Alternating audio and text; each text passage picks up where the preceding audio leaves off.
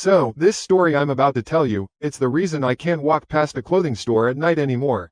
It's the reason the sight of a mannequin, even in broad daylight in a crowded mall, makes the hair on my arms stand up. I know it sounds crazy. I get it, but this happened to me. It happened in a place I used to think of as my sanctuary. A few years ago, I was in my junior year of college, and like most students, I was broke. My parents helped where they could, but rent for my tiny off-campus apartment wasn't going to pay itself. I landed a part-time job at a little boutique called The Gilded Hanger. It wasn't a chain store or anything fancy. It was a small, independent shop owned by a nice older woman named Mrs. Gable, tucked away on a quiet side street downtown. The kind of street that was bustling during the day with office workers on their lunch breaks but became almost silent after 7 p.m. My job was to work the evening shift, from 4 until closing at 9. It was perfect, really. It didn't interfere with my classes, and the work was easy. Mostly just folding clothes, helping the occasional last-minute shopper, and closing up. To be honest, it was pretty boring, but I liked the quiet. After a long day of lectures and noisy hallways, the silence of the Gilded Hanger felt like a weighted blanket.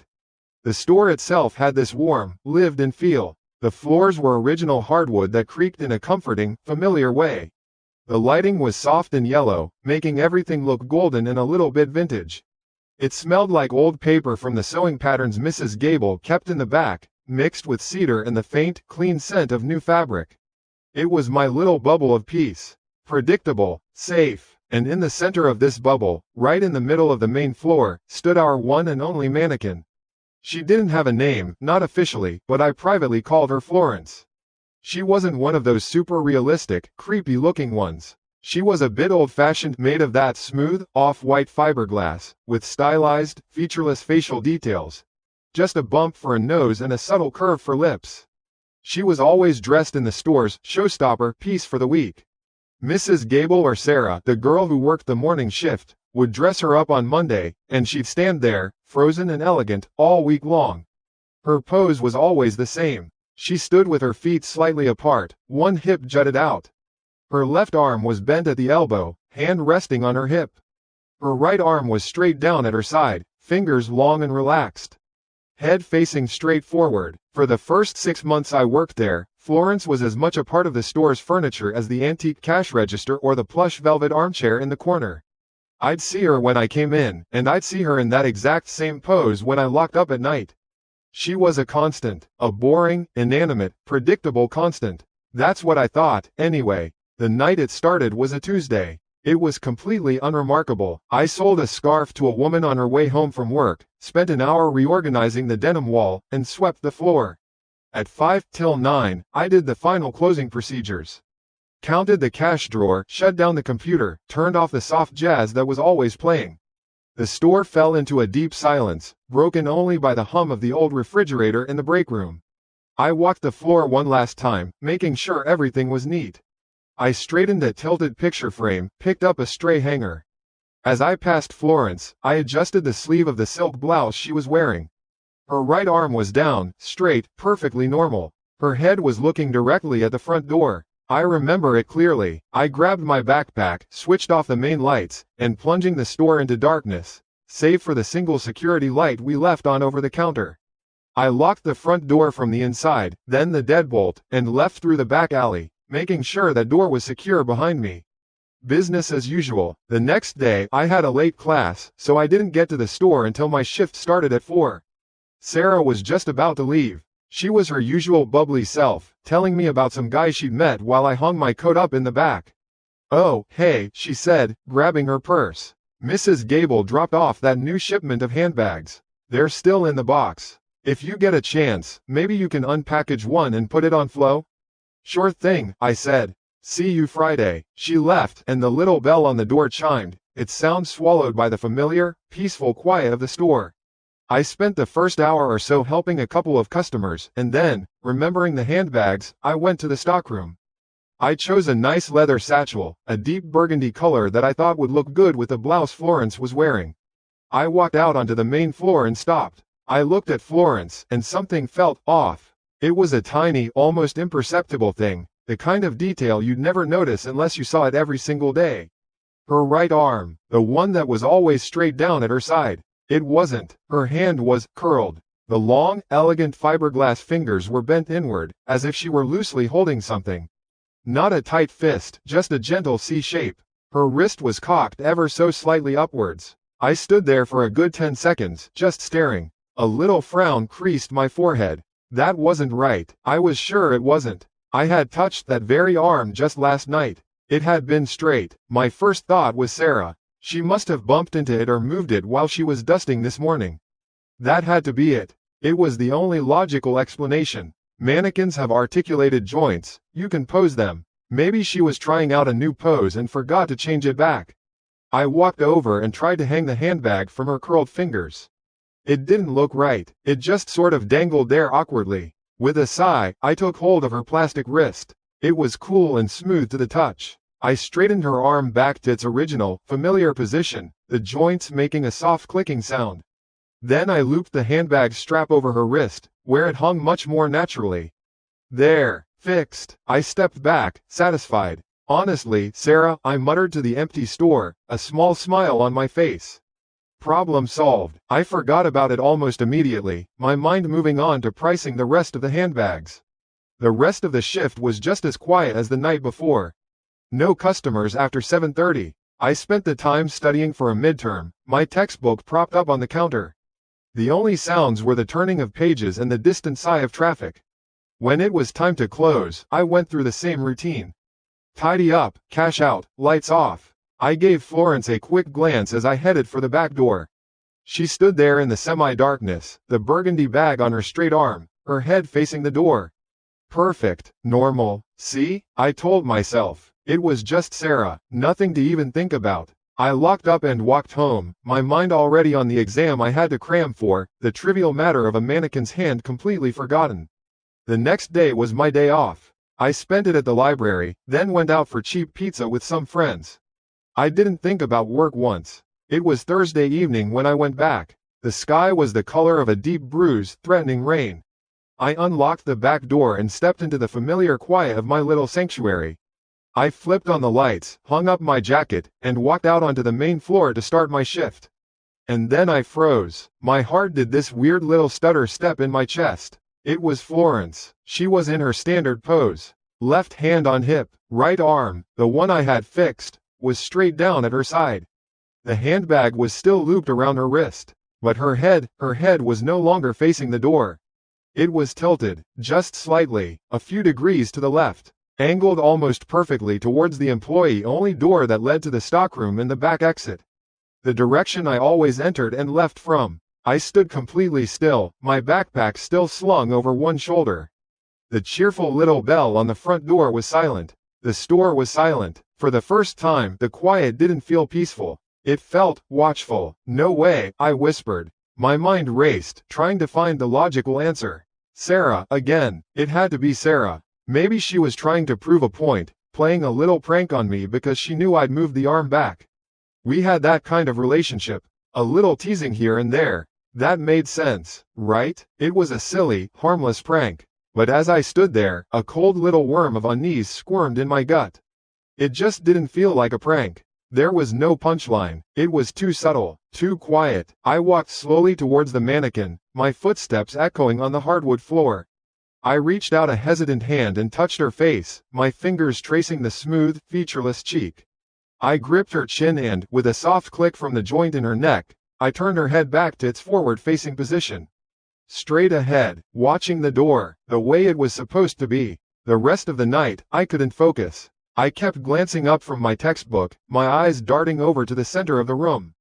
Florence stood there, perfectly still, exactly as I'd left her.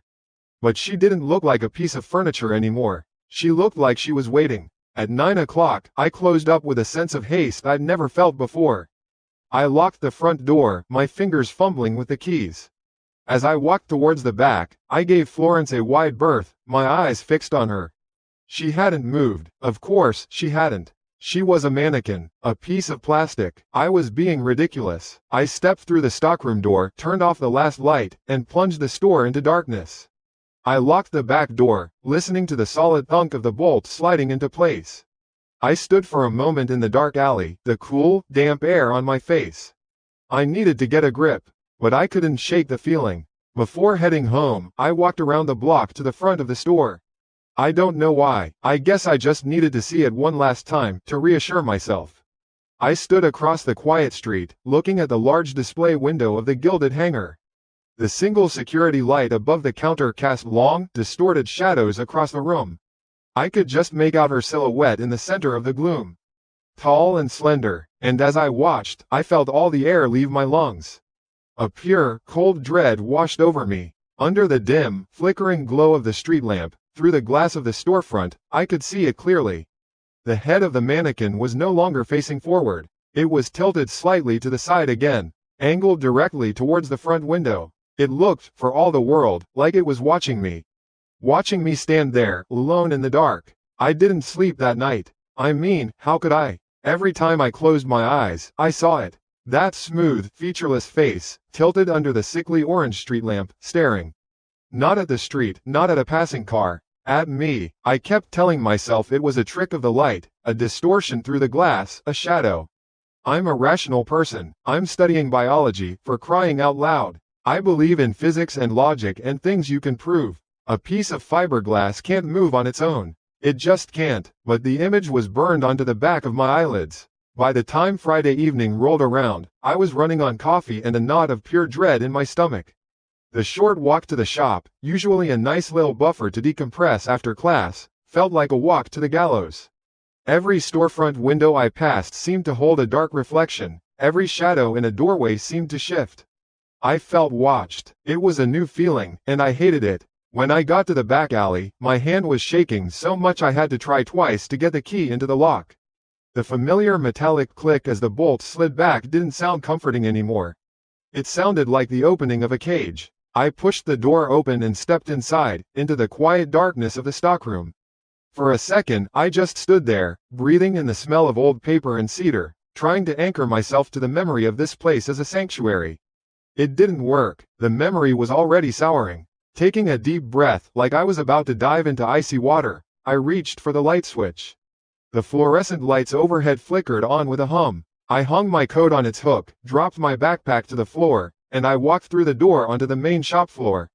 And there she was. My heart didn't just stutter this time. It felt like it seized up completely, a cold, hard fist squeezing the air from my lungs. I stopped dead, my hand still on the doorknob behind me. It was worse. So much worse than just a tilted head. Her head was still tilted, yes, but now it was angled sharply down, as if she were inspecting something on the floor. The hand that had been curled was straight again, but her other arm, the one that was always supposed to be bent with a hand on her hip, was now hanging limp at her side. Both arms useless, dead, but the worst part, the detail that made a low, involuntary sound escape my throat, was her legs. Before, she always stood with her weight on one leg, a hip jutted out in a classic, confident pose. Now both knees were slightly bent. One leg was positioned just a little behind the other. It wasn't a pose you'd ever put a mannequin in to sell clothes. It looked unstable, awkward. It looked like she was in the middle of a stumble, like she had been walking, and someone had just frozen her, mid-fall. It was wrong. It was so profoundly, fundamentally wrong. This wasn't subtle anymore. This wasn't a prank. A prank is funny. A prank has a punchline. This felt sick. My first thought was a flare of pure, hot anger. Screw being quiet. Screw being rational. I needed proof. I wasn't going crazy, and I was going to prove it. I fumbled in my pocket for my phone, my fingers feeling clumsy and disconnected from my brain. I swiped it open, my thumb smudging the screen. The camera app took a century to load. I raised the phone, my hands trembling just enough to make the screen jitter. The store was dead silent except for the frantic thumping of my own pulse in my ears. The digital shutter sound, a fake click snap, seemed to echo off the walls. I took another one, and another, from the side, from the front. I zoomed in on her slack knees, on that downward tilted head. Evidence. I leaned against the counter, breathing hard, looking at the photos on my screen. They were real. I wasn't imagining it. Seeing it there, captured in a little digital box, made it undeniable. I opened my messages and found Sarah's name. My fingers flew across the keyboard. Backquote me. Sarah, you have to see this. Backquote. I attached the best photo, the one that showed the whole, awful pose. Backquote me. This is how I found Florence when I came in just now. Did you do this? Please just tell me if you did. Backquote. I stared at the screen, watching the 3 little dots that meant she was typing. My whole body was coiled like a spring. Please, I thought, just say yes. Just say you were being a jerk and this is your stupid idea of a joke. The reply came. Backquote Sarah. Whoa lol. She looks like she had a rough night. Backquote. My stomach dropped. That wasn't a yes. Backquote me. I'm being serious. This isn't funny. Did you move her? Backquote. The dots appeared again, a longer pause this time. Backquote Sarah. No, why would I? I left at like 3:30. She was normal then. Maybe Mrs. Gable came by? Backquote. Backquote me. Mrs. Gable is in Florida visiting her sister. We both know that. Backquote. Backquote Sarah. Then IDK. Maybe you bumped her and didn't realize. Backquote. I felt a surge of frustration. Did she really think I could accidentally make a 7-foot fiberglass statue look like it was about to faceplant? Backquote me. Sarah. Her head is tilted, both her arms are down, and her knees are bent. I didn't bump her. This is the 3rd time it's happened. I told you her head was turned the other day. Backquote. Backquote Sarah. Oh yeah lol. I thought you were kidding. Backquote. Backquote Sarah. Hey, you okay? You've been super stressed about midterms. Are you getting enough sleep? Backquote. I read that last message and it was like a punch to the gut. The concern in her tone, the gentle dismissal. She didn't believe me. She thought I was losing my mind. The anger drained out of me, replaced by a cold, creeping sense of isolation. I was completely on my own in this. I looked from my phone screen to the mannequin, standing there in the middle of the room under the warm, yellow lights. In her broken, falling pose. A silent testament to my sanity that no one else would believe. Maybe Sarah was right? Was I so tired that my brain was just breaking? Was I seeing things? No, the photos were on my phone. They were real. I typed back a short, defeated reply. Backquote me. I'm fine. Just forget it. Backquote. I put my phone down on the counter and sank onto the little stool behind it, burying my face in my hands. The peace of the store was gone forever. It was tainted. This space, my safe space, now felt like a cage I was sharing with something I didn't understand. The silence wasn't peaceful anymore, it was heavy, watchful. I felt like a bug under a magnifying glass. The rest of the shift was torture. Only one customer came in, a woman who bought a pair of earrings and didn't seem to notice the mannequin's bizarre posture at all. I tried to study, but the words on the page were just black squiggles. Every 5 minutes, my eyes would flick up from my textbook, across the sales floor to Florence. She never moved. She just stood there, perpetually falling. I started to map it out in my head. The first time, a hand. Small, easy to dismiss. The second time, a head turned toward the back door. My entrance. The third time, her head turned towards the front window, watching me leave. And now this complete and utter violation of her form. It was escalating. This wasn't random. This was a message. But what was it trying to say? By 8:45, I couldn't take it anymore. I started my closing routine early, my movements quick and jerky. I counted the cash, shut down the computer, straightened the last few items of clothing on the racks. The whole time, I was acutely aware of her presence in the center of the room. I could feel her there, even when my back was turned. Finally, there was nothing left to do but face her. I walked over, my footsteps loud on the floorboards. I was done being scared. I was going to take back control of my space. I grabbed her by the shoulders. The fiberglass was cold and smooth. I wrenched her upright, the joints in her torso groaning in protest. I straightened her legs, forcing them back into the familiar, one hip out stance. The click of the knee joint locking into place was deeply satisfying. Then I took her arms. I bent the left one, placing the stiff, plastic hand firmly on her hip. I straightened the right one, pulling it down to her side. Lastly, I took her head in both my hands, the featureless face staring blankly up at me, and I twisted it back to the center, pointed directly at the front door. The neck joint made a solid thump as it settled into place. There, I stepped back, breathing a little heavily. She was back to normal. Florence, my Florence, the boring, predictable, inanimate store fixture. I stared at her for a long, hard moment, daring her to move. Of course, she didn't. There, I whispered to the empty room. You stay that way. It was a ridiculous thing to say to a piece of plastic, but it made me feel a sliver better. I turned my back on her, a sense of finality in the motion. I took 2 steps towards the stockroom door, my keys already in my hand, ready to get out of there, to lock the door and run all the way home.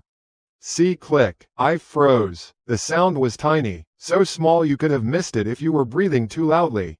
It wasn't a big, dramatic movie sound. It was a dry, sharp, mechanical noise, like a single gear clicking into the next notch on a wheel. Like a joint in a plastic limb settling under a new tension. It came from directly behind me. I didn't move. I don't think I was even breathing. It's funny, the things your brain does in moments of pure terror.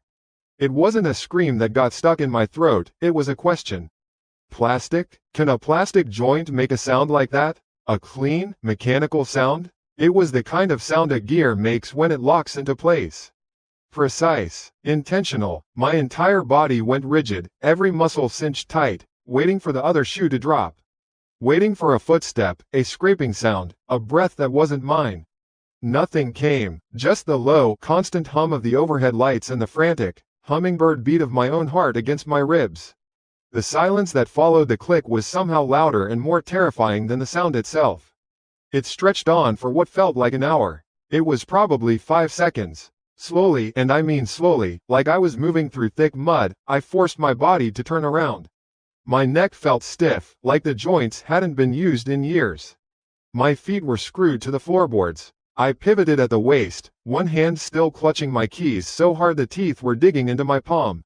I braced myself. I didn't know what I was expecting to see. Her, lunging at me? Her face twisted into a new, grotesque expression? I looked. She was exactly as I had left her. Perfectly posed, hand on her hip, head facing forward, weight on one leg. The very picture of boring, retail normalcy. I stared at her, my eyes scanning every inch of the smooth, white fiberglass, searching for some tiny, infinitesimal change. A bent finger, a slightly turned wrist, anything. There was nothing. She was a statue, an inanimate object. A wave of dizzying relief washed over me, so strong it made my knees weak. I leaned back against the stockroom doorframe, letting out a breath I didn't realize I'd been holding. It came out as a shaky, pathetic little gasp. The building is old, I told myself, my brain scrambling for a lifeline of logic. The heating pipes click, the wood settles. That's all it was. A pipe in the wall. A floorboard creaking under its own weight. I was so wound up, so primed for fear, that my mind had turned a random house noise into an attack. Sarah was right. I was exhausted. I was stressed. I was cracking up. I didn't look at Florence again. I turned, fumbled with the lock on the stockroom door, and practically fell inside, pulling it shut behind me. I grabbed my bag and coat, my hands still shaking, and fled out the back alley door. I triple-checked the lock, yanking on the handle until it rattled in its frame. Then I ran. I didn't stop running until the bright, sterile light of my own apartment lobby was burning my eyes. The next day was Saturday. My shift didn't start until noon. I woke up feeling like I'd been run over by a truck. My sleep had been a shallow, gray thing, filled with looping dreams of empty shops and the sound of a single, sharp click. At one point, I woke up convinced someone was standing in the corner of my bedroom, and I lay there for 20 minutes, staring into the darkness, my heart pounding, until the sun started to come up and the shadow revealed itself to be a pile of clothes on a chair. I was a wreck. I thought about calling in sick. I really did. I typed out the text to Mrs. Gable 3 separate times. But what would I say? I think the mannequin is haunted and I'm losing my mind. I needed the money. Midterms were over, but rent was still due. So I drank 2 cups of coffee that were more like hot, black sludge, put on my shoes, and started the walk. This time, the feeling of being watched was 100 times worse. It wasn't a vague paranoia anymore, it felt specific. Targeted. I felt like a bug pinned to a board. I kept my head down, my gaze fixed on the cracks in the sidewalk, trying not to look at my own reflection in the storefront windows I passed. When I finally reached the back alley, my stomach was in a tight, acidic knot. I just wanted to get through the day. Just get in, do my job, and get out. I unlocked the back door, stepped into the familiar quiet of the stockroom, and took a moment. Just breathe. It was just a store. It's daylight. Sarah will be here in an hour for the afternoon rush. You're not alone. The pep talk felt flimsy, like a paper umbrella in a hurricane. Finally, I pushed open the door to the main shop floor. And all the air left the world. For a second, my brain refused to process what I was seeing. It was like looking at a picture that was fundamentally wrong, where the perspective is all skewed and nothing makes sense. Florence was not in her usual spot in the middle of the room. She had been moved. She was standing about 5 feet to the left, closer to the wall. But that wasn't the part that made the blood in my veins turn to ice water. It was the pose. She wasn't falling anymore. She wasn't slumping. She was standing perfectly straight, rigid, almost at attention. Her head was tilted slightly upwards, and one of her arms, her right arm, was raised.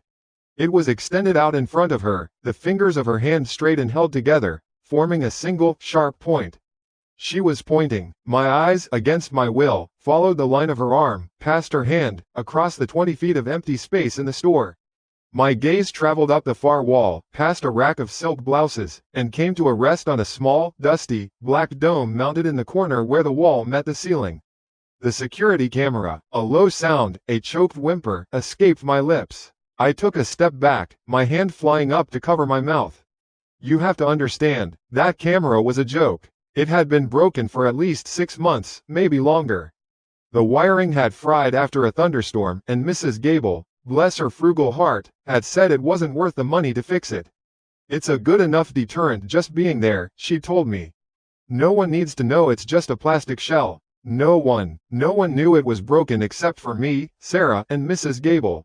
Sarah wouldn't do this. This wasn't a prank. This was a level of psychological warfare that my bubbly, well-adjusted coworker wasn't capable of.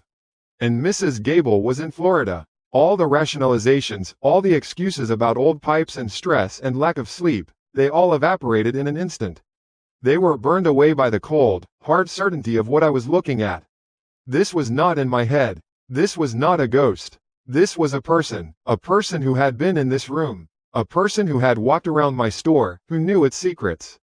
And they were leaving me a message. It was so starkly, terrifyingly clear. It wasn't just a random act of vandalism. It was communication. The tilted head towards the back door when I came in, the look towards the front window as I left. And now this. This was a statement of power. This was someone telling me, in no uncertain terms, I can get in here whenever I want. And I know the places you are not being watched. Panic, pure and undiluted, finally broke through my paralysis. It wasn't a hot, screaming panic, but a cold, frantic one. My first thought was how. How did they get in? I ran to the front door, my sneakers squeaking on the wood floor.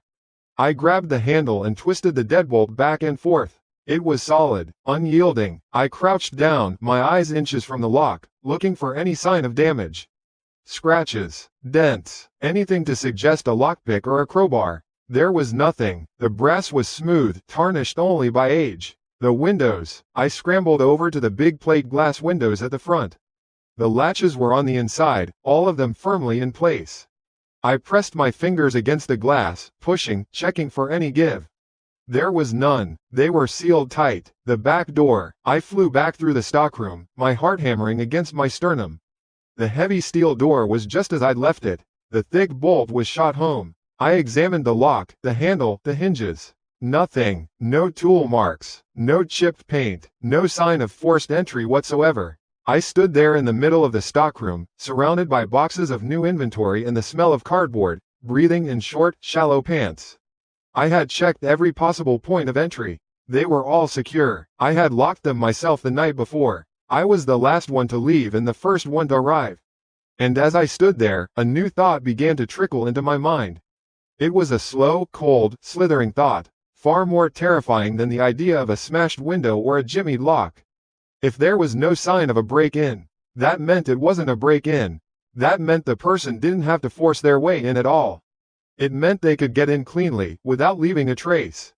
It meant they could walk in and out of my safe space, my sanctuary, as easily as I could. It meant they had a key. They had a key. That was it. That was the thought that broke me. Not the pointing hand, not the impossible pose, not the silent message about the camera. It was the simple, logical conclusion that followed. If there was no broken lock, no shattered window, then there was no break-in. There was just an entry. A clean, quiet, authorized entry. By someone who had a key. Suddenly the store wasn't a fortress with a single weak point, it was a cardboard box. and someone I couldn't see was holding the box cutter. My breath came in short, useless puffs. I stayed frozen there in the stockroom for I don't know how long, just staring at the solid, unbreached back door. My mind was like a skipping record, playing that one phrase over and over. They have a key, they have a key, they have a key. Who has a key? Me, Sarah, Mrs. Gable, who was 1,000 miles away in Florida. The building's landlord, maybe? A man in his 70s who I'd met once and who probably forgot this unit even existed. It didn't make sense. None of it made sense. But the evidence was right there on the shop floor, a silent, white plastic witness pointing to a dead camera. It was a message, and the message wasn't just, I know the store's secrets.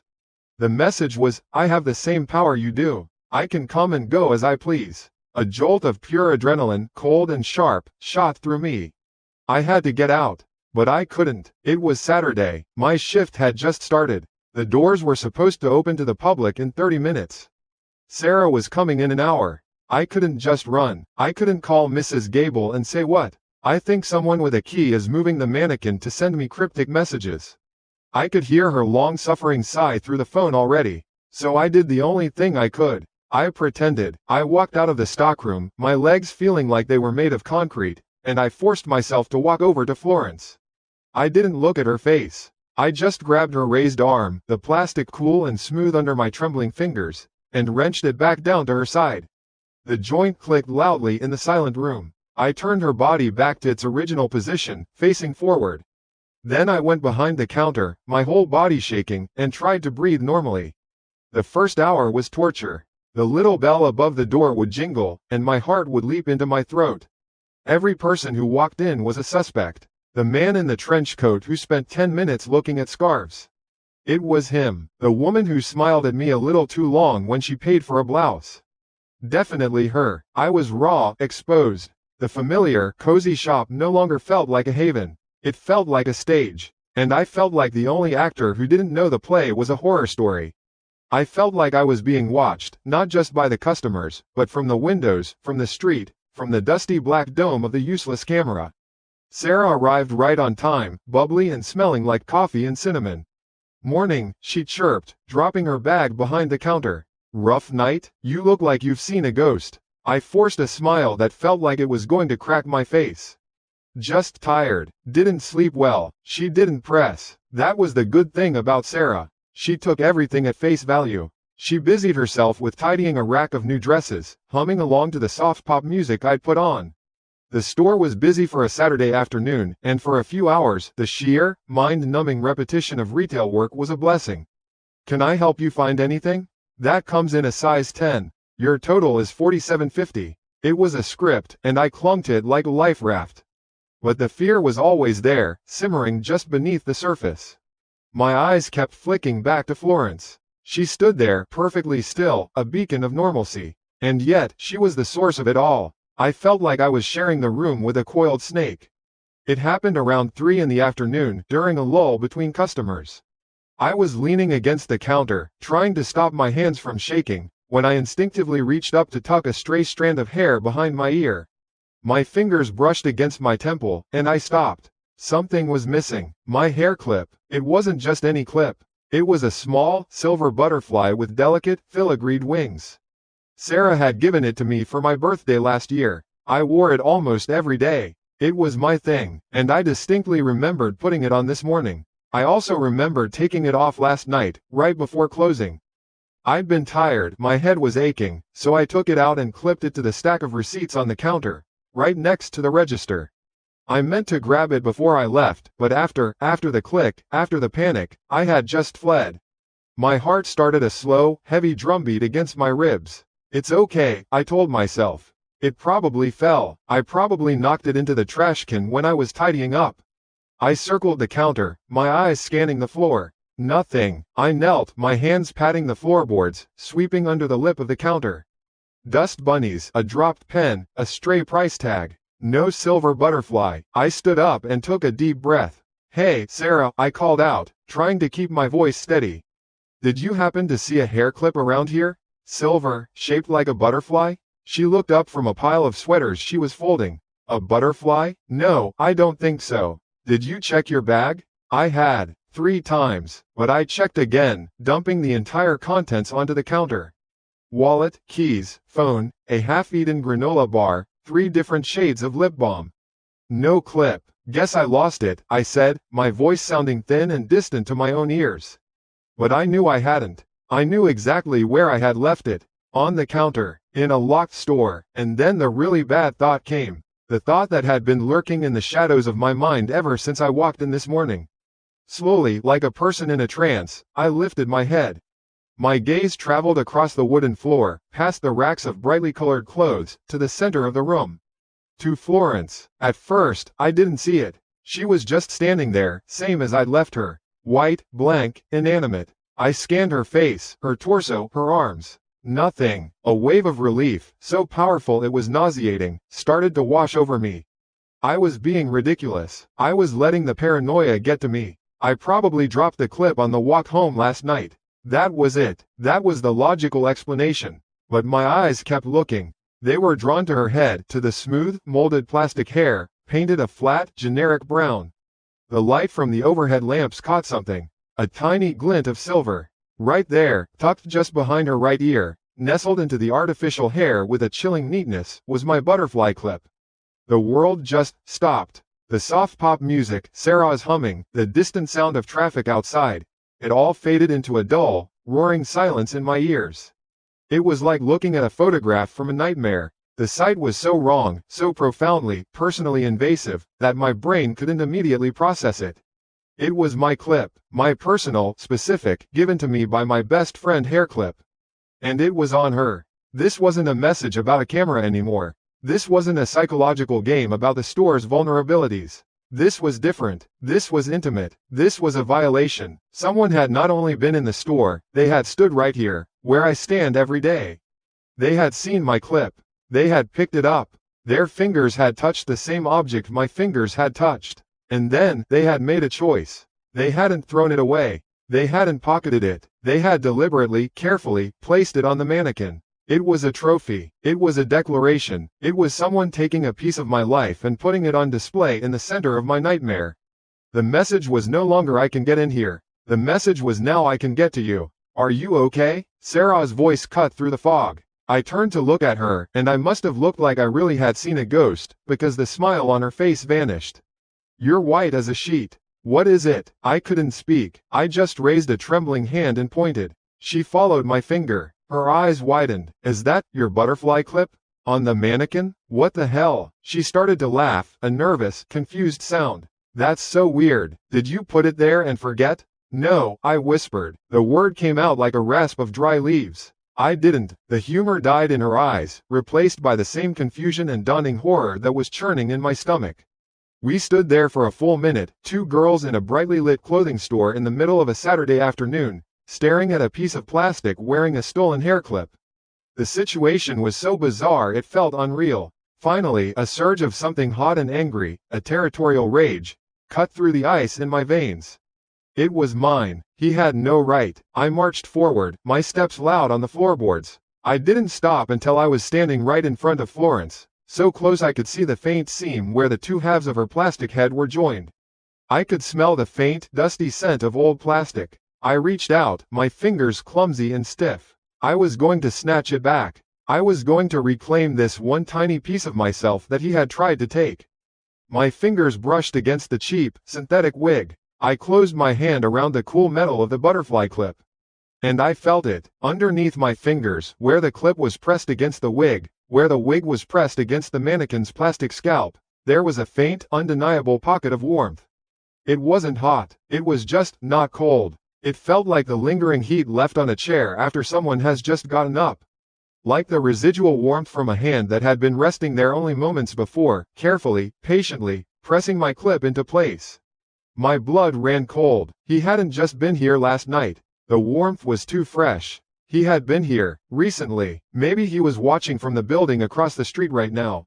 Maybe he had been inside the store this morning, hiding in the stockroom while I checked the locks. Maybe he had been here just minutes ago, while Sarah and I were distracted by customers. I ripped the clip from her head with a strangled sob, the metal scraping against the plastic. I stumbled back, clutching the small silver butterfly in my fist so tightly that its wings dug into my palm.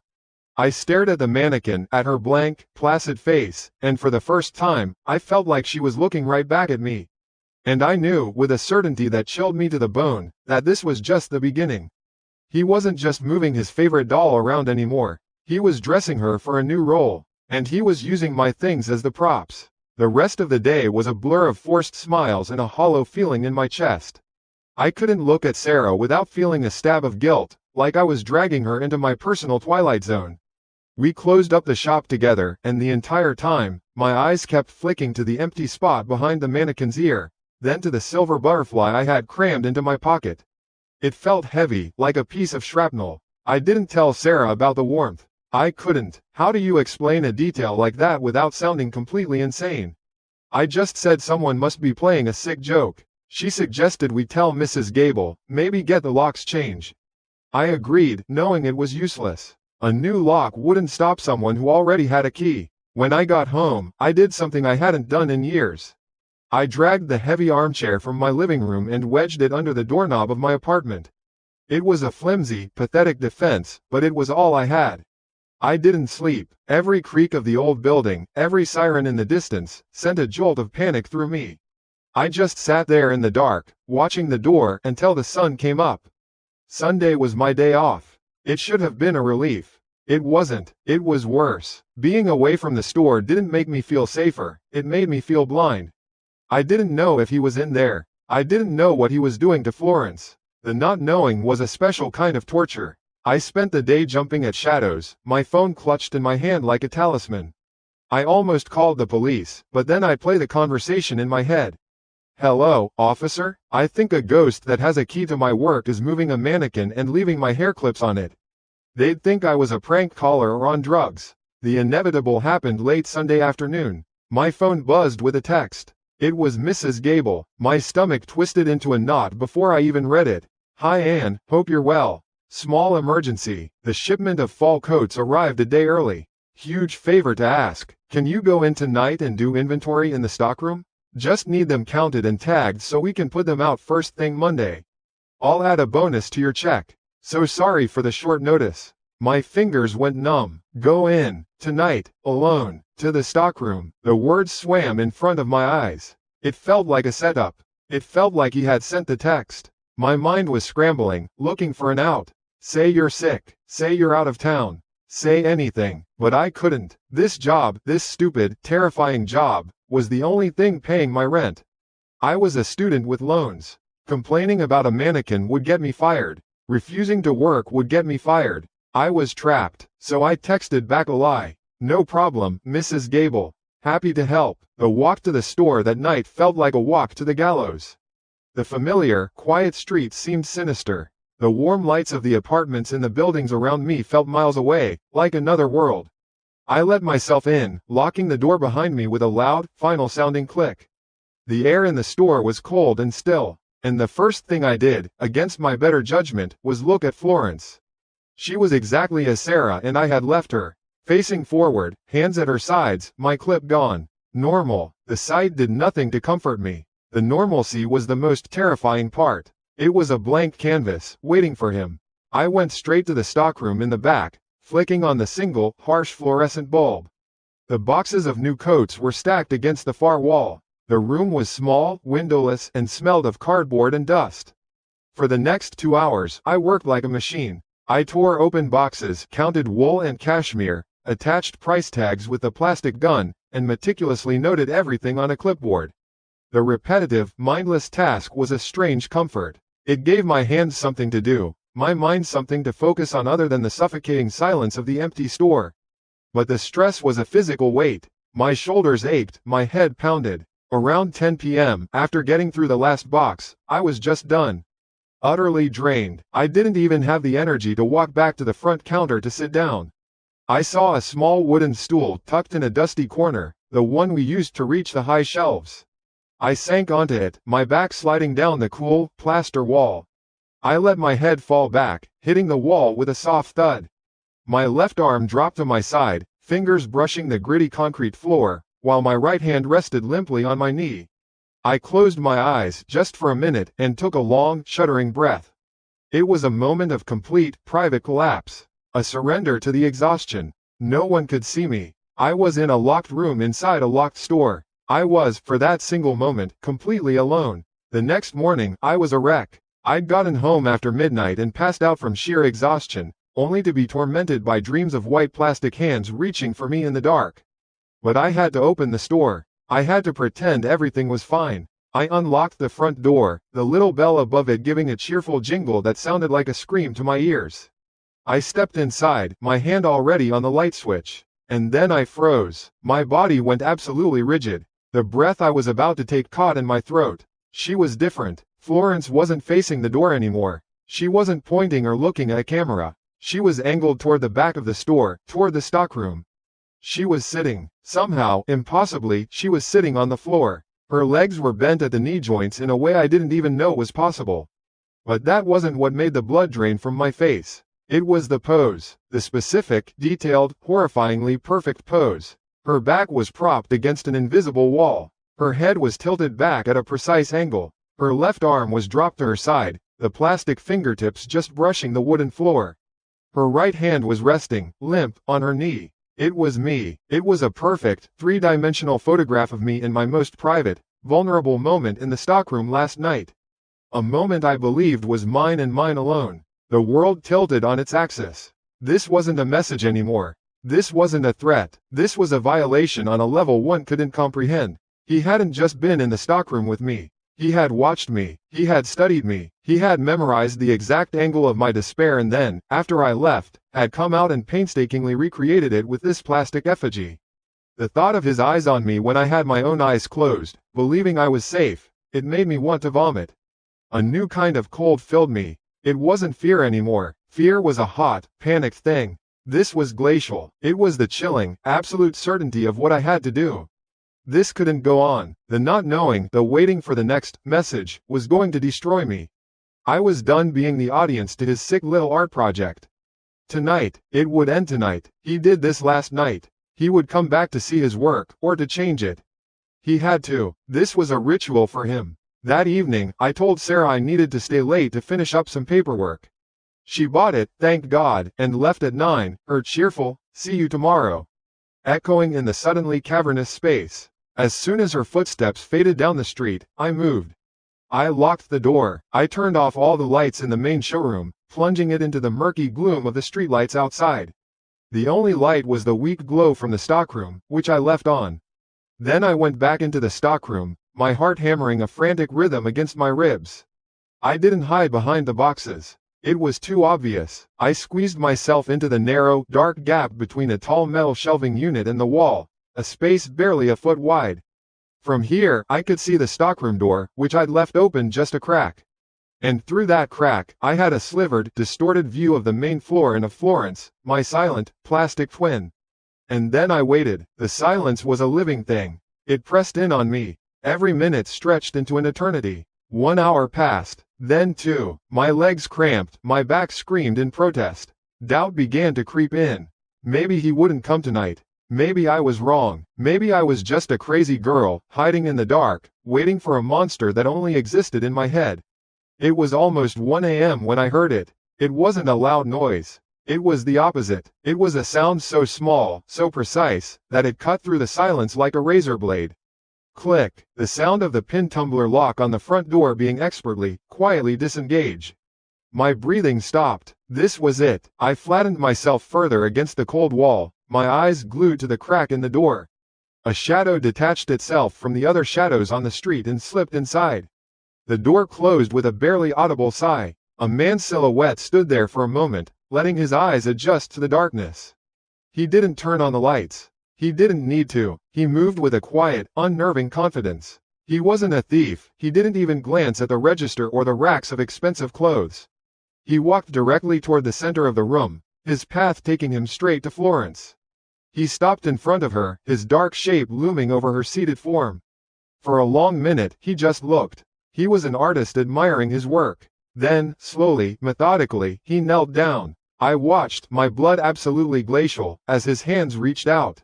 His movements were slow, deliberate, like a surgeon's. He lifted her left arm slightly, tilting the hand so the palm faced up.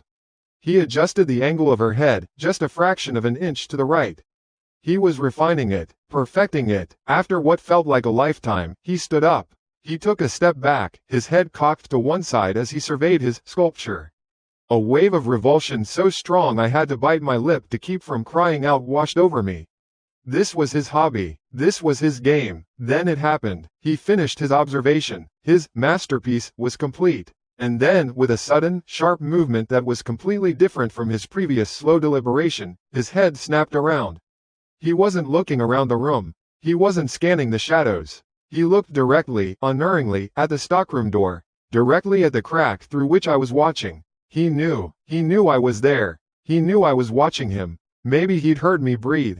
Maybe he saw the faint shift of light. Or maybe, and this thought was the most terrifying of all, he had known all along. This was all part of the performance. We were locked in a silent, terrifying stalemate for a full 10 seconds. My mind was screaming, but my body was paralyzed. I couldn't move. I couldn't breathe. I could only stare back at the dark shape that was staring at me.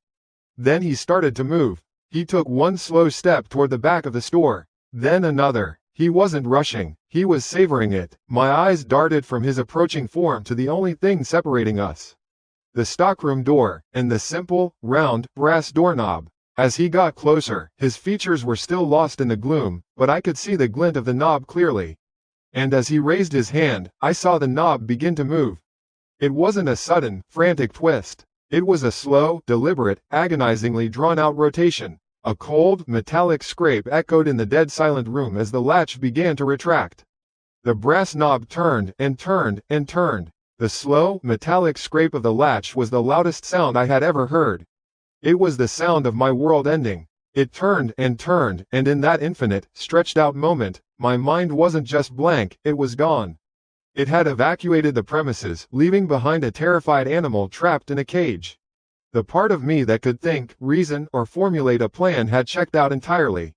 What was left was pure, primal instinct. An image flashed in my head, not a thought, just a picture, of the tall, metal shelving unit I was crammed next to. It was one of the older ones, loaded with boxes of last season's sweaters and heavy denim. It wasn't bolted to the wall. I knew that because I'd accidentally shifted it once while trying to reach a box on the top shelf. The doorknob stopped turning. The latch clicked open. That was it. That was the starting gun. Before the door could even begin to swing inward, I exploded out of my hiding spot. I don't remember making a conscious decision. My body just moved. I slammed my shoulder and every ounce of my weight into the side of the metal shelf. It groaned, a horrible, protesting shriek of metal on concrete. For a split second, it resisted, and a wave of pure, hopeless terror washed over me. It wasn't going to move. He was going to get in. And then it went. It tipped, slowly at first, then gathered a horrifying momentum. Boxes of clothes cascaded off the shelves as it toppled forward, crashing against the stockroom door with a deafening, earth-shattering roar that shook the entire store. It was a sound of absolute destruction. In the same instant, two other things happened. A scream tore itself from my throat, raw and ragged, more animal than human. And deep in the pocket of my jeans, my phone suddenly burst into life, its cheerful, upbeat ringtone sounding like a siren in the sudden chaos. It was Sarah. I knew her ringtone. The jarring, happy melody mixed with the crash and my own scream was a symphony of insanity. The combination of noises, the violent crash, the primal scream, the sudden, piercing ring of the phone, was a shockwave. Through the now blocked door, I heard a sharp, panicked gasp. There was a frantic scuffling sound. I didn't hear his footsteps on the way out. He didn't run. He just vanished. 1 second the presence was there, on the other side of my flimsy barricade, and the next, there was only the echo of the crash and the insistent, shrieking cheerfulness of my phone. I stood there, gasping for air in the dusty darkness, my entire body trembling so violently my teeth chattered. The phone was still ringing. I fumbled in my pocket, my fingers feeling like fat, useless sausages. I managed to answer it, but I couldn't speak. Anne, you there? You didn't answer my text, just wanted to make sure you got home okay. Sarah's voice was a lifeline from another universe, a world where people worried about you getting home safely, not a world where monsters turned your doorknob in the dark. Sarah, I managed to choke out. It was a pathetic, watery sound. Whoa, what was that noise? Are you okay? You sound awful. Call the police, I sobbed, sinking to the floor, my back sliding down the cool plaster wall, the same wall I'd rested against just last night in a moment of private exhaustion. Just call them. Tell them to come to the store. Now. I don't remember the next few minutes clearly. It's a blur of trying to explain what happened to Sarah, who was rightfully freaking out on the other end of the line, and then hanging up to dial 911 myself. My voice was shaky, my story probably sounded completely deranged. There was a man, he was in the store with me.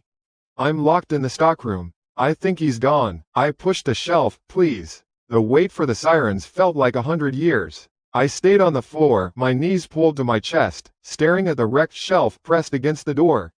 The only light was the harsh fluorescent bulb above me. He had been so close. If I hadn't pushed that shelf, if Sarah hadn't called at that exact second. The arrival of the police was a flood of blessed, professional noise. Heavy footsteps outside, loud, authoritative voices. Ma'am, this is the police. Are you in there? After I managed to shout back, it took 2 officers another 5 minutes to heave the shelving unit away from the door from the other side. When the door finally opened, I just blinked into their flashlights like a mole, covered in dust and tears.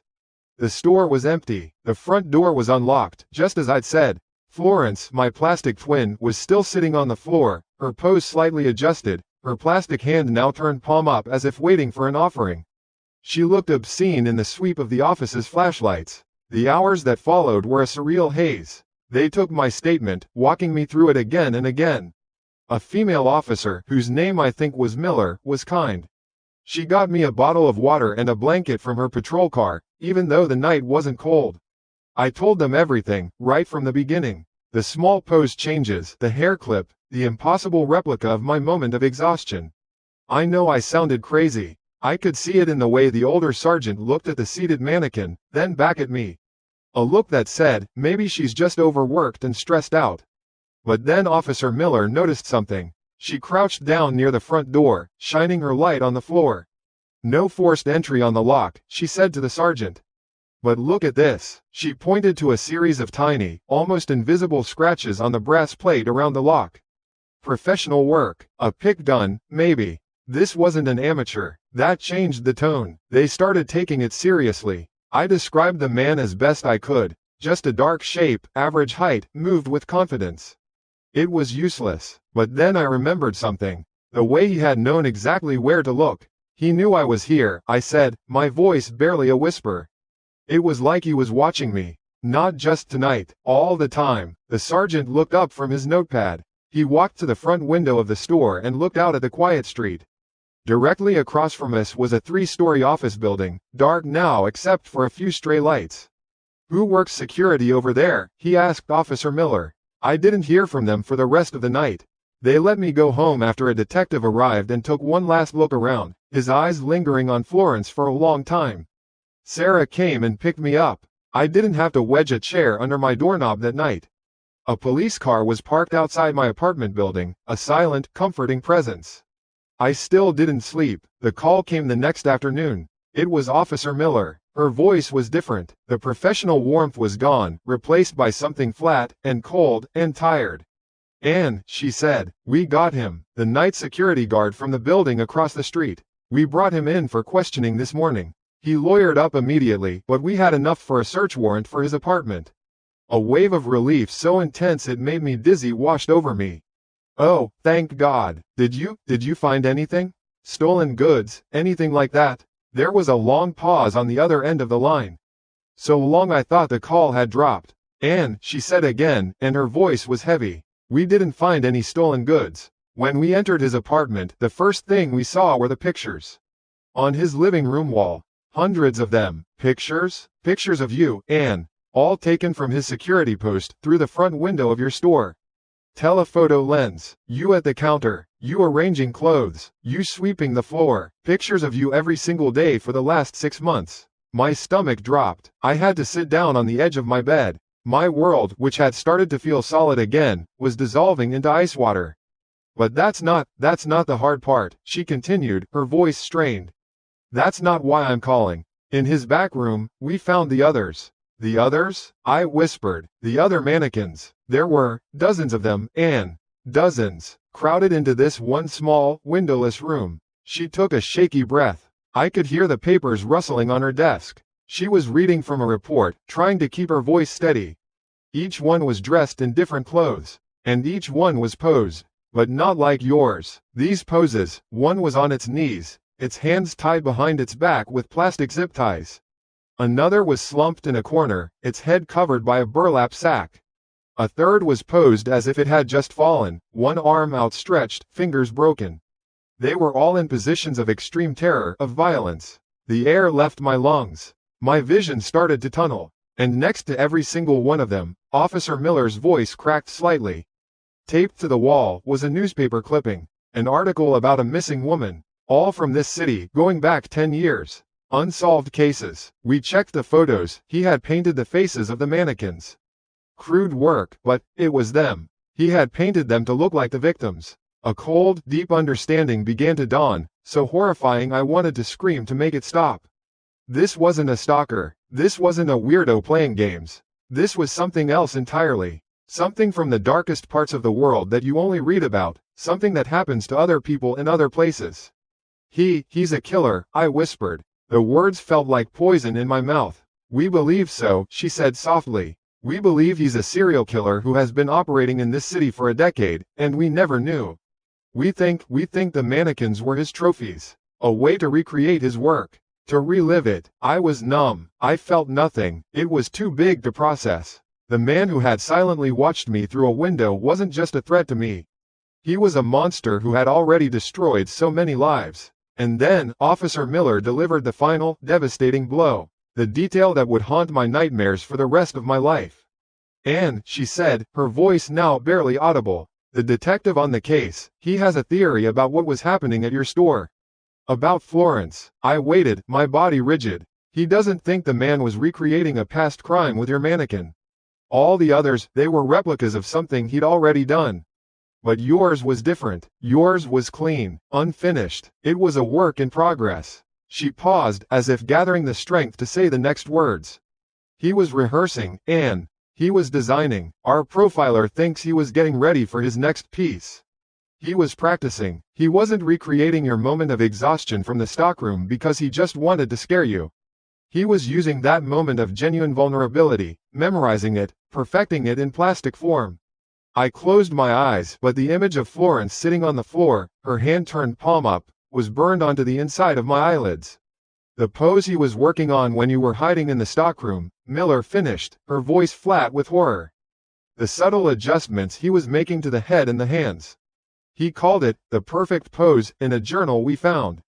That was what he intended for you, Anne. Not for the mannequin, for you. After he took you, that was how he was going to leave you. I didn't just escape a stalker that night. I escaped my own exhibit. I escaped being the final, perfect piece in a monster's gallery."